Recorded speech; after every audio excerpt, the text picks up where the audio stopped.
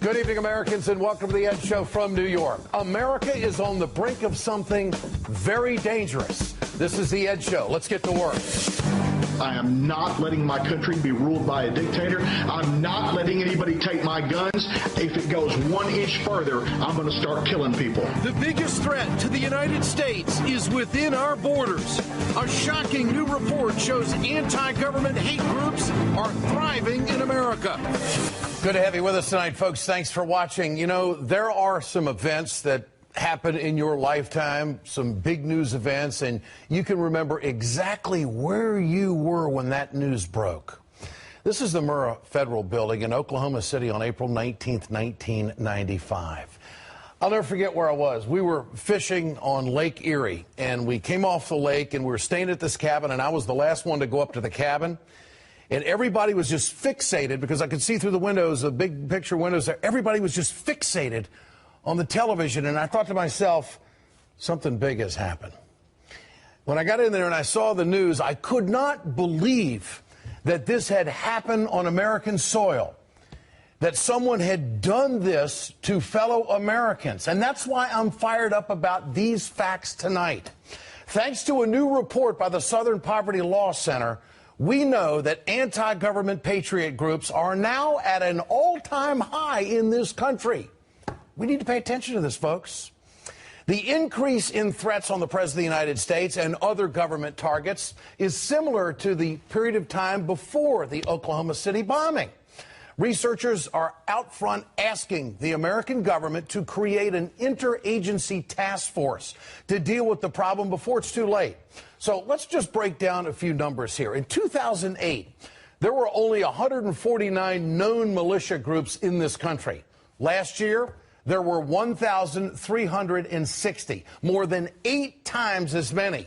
Houston, we got a problem. And as you can see from the Southern Poverty Law Center's chart, the last time we saw this number of armed nationalist groups was in the Clinton years. The Southern Poverty Law Center says it was a similar spike back in 1995, just as we are seeing today. Now, the president of the Southern Poverty Law Center has written a letter to the Department of Homeland Security and the Justice Department recommending 2 departments combine resources to protect against an act of aggression against the American government.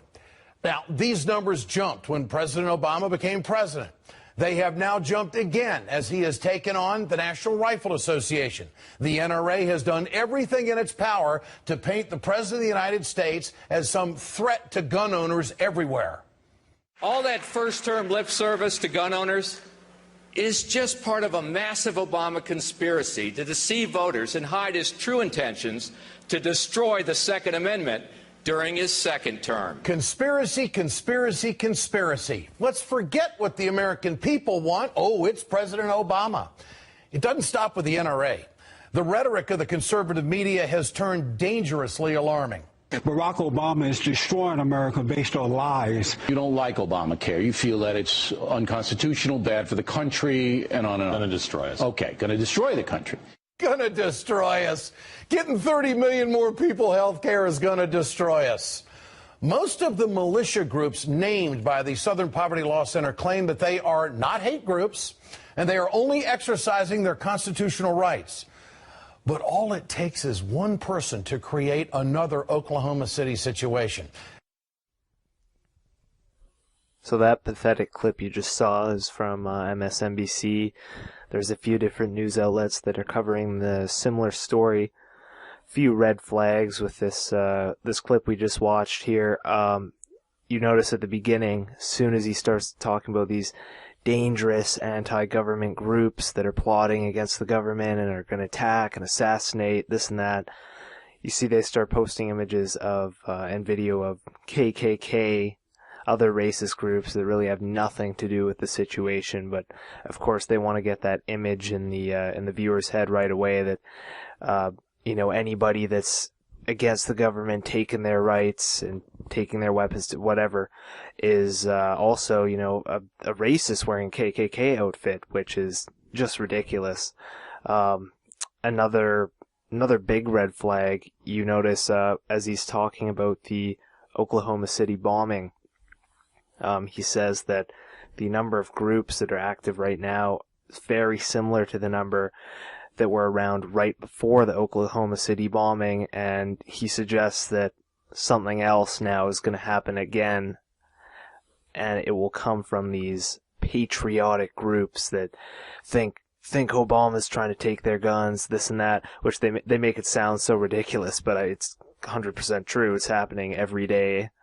People are waking up to it now, and that's why they're now desperate, and they're scared that people are realizing, so they're starting to put out these videos just like they did before 9/11. You can just tell what they're planning by who they demonize before the event happens. So now we know if something happens, whether it's pre-planned or not, it's going to be blamed on these Americans that are fighting for their rights. But they make it seem like these guys are, violent and they want to attack the government and just a bunch of freaks, even though it's everyday people, people that are watching this video, watching other videos, people that actually do their own research and see that they are being completely screwed. It's pretty sad that they're going to these lengths now to demonize these people, and it's not going to work because, you guys are seeing this video and there's lots of other videos. Unless they can take out YouTube, there's really not much they can do.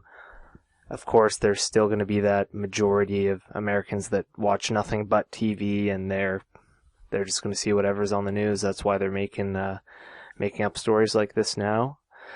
But sharing videos like this, getting them out there, it's the only way it's going to make a difference. And we know if there is an attack, a bomb, another shooting, then it's very likely that they are going to blame these. They're going to blame these anti-government groups. They're getting frustrated and they're willing to do whatever it takes to shut everybody up. So just keep spreading the news and we'll see what happens.